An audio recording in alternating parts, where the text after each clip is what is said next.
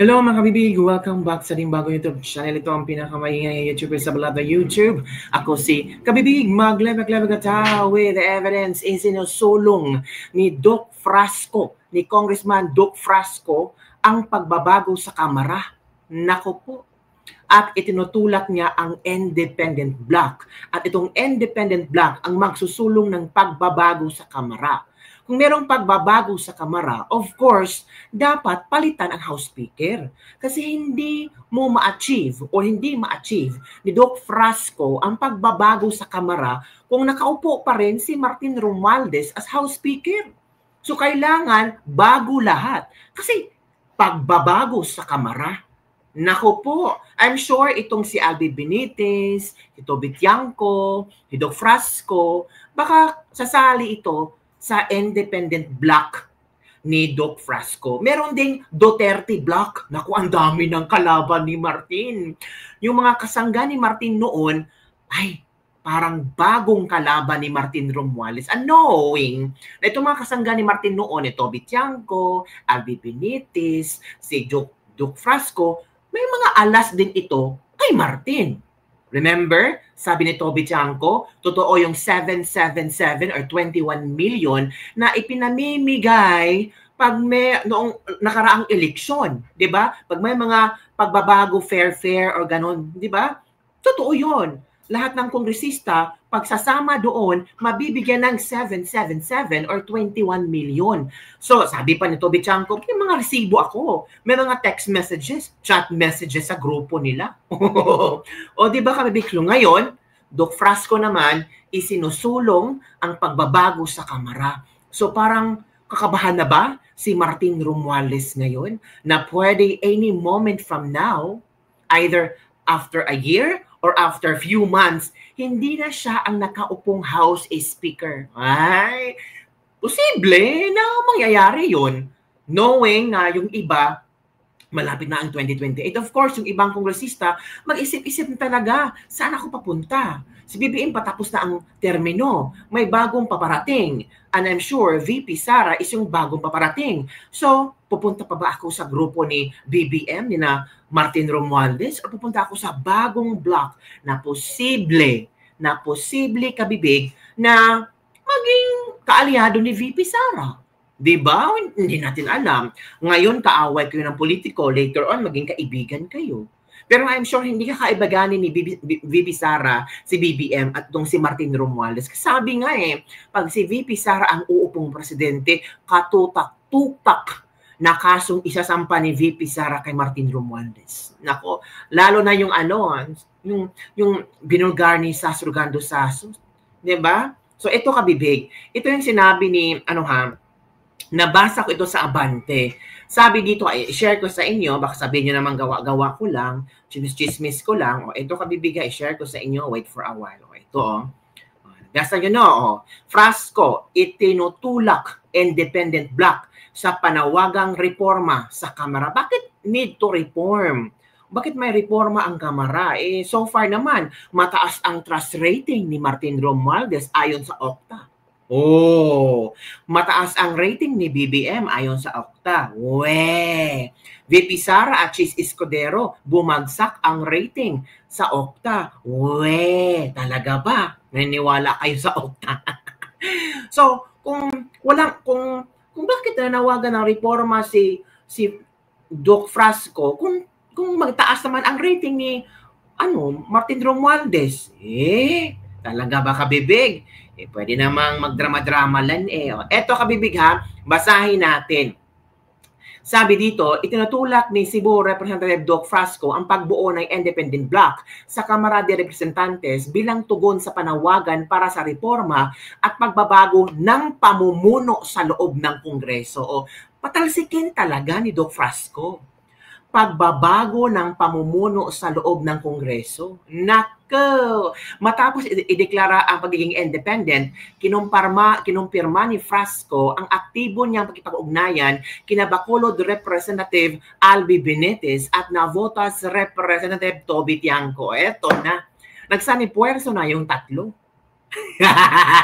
Martin, kamahan ka na. Hindi ka na makakatulog. Baka pagising mo, hindi na ikaw ang House Speaker. 'Di ba yung baka itong mga galamay mo, baka hindi na sila nakaupo bilang kung ano-anong posisyon sila ngayon. Sabi ni Frasco, yes, we've been in discussions and have been collaborating closely. With our stand yesterday, we affirmed that we are one with and for the Filipino people. Our commitment remains to serve the nation with integrity and independence. Matatandaan, nag-abstain ang 3 kongresista sa speakership election kung saan muling nahalaw si House Speaker Martin Romualdez.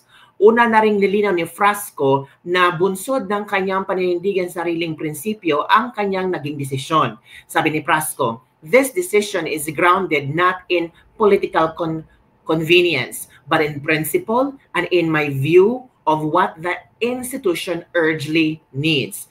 Leadership that restores public trust, upholds the integrity of Congress, and reinforces the President's priorities with urgency and purpose. Kasi nakikita ng mga tao ngayon sa Kongreso, puro na impeachment, impeachment, impeachment, impeachment.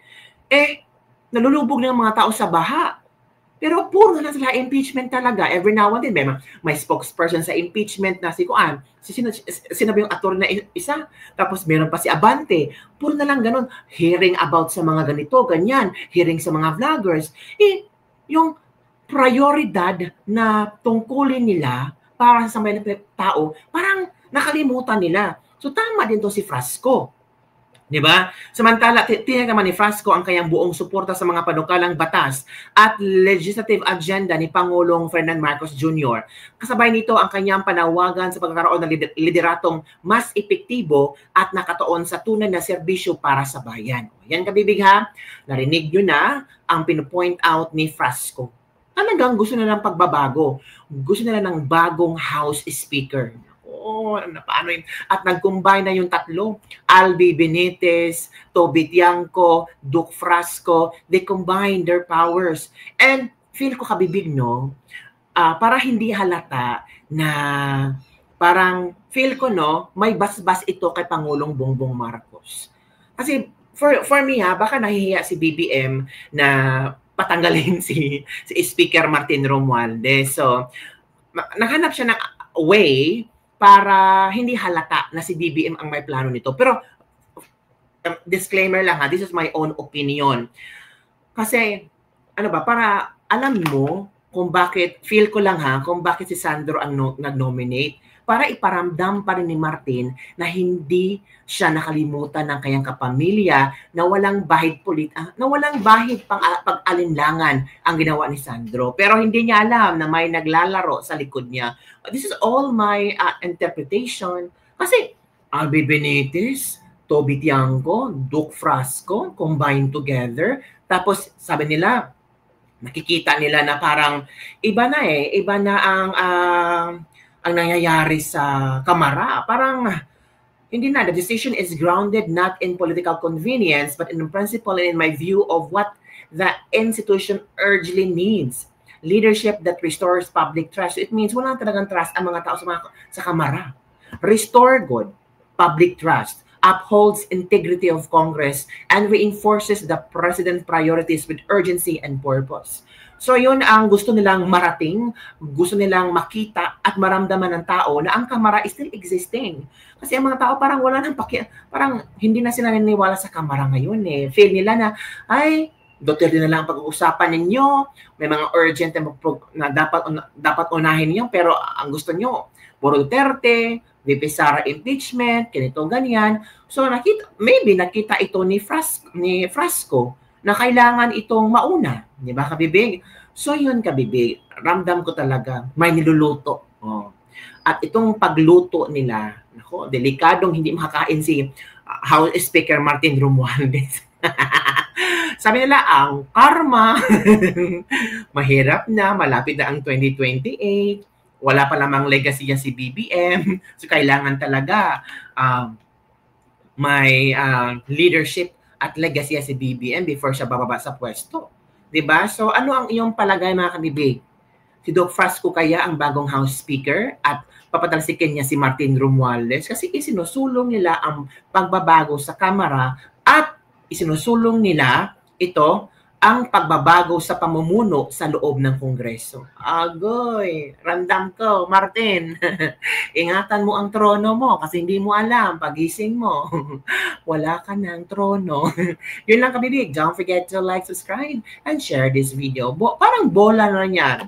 Nasa ibaba ka, later on, nasa baba ka.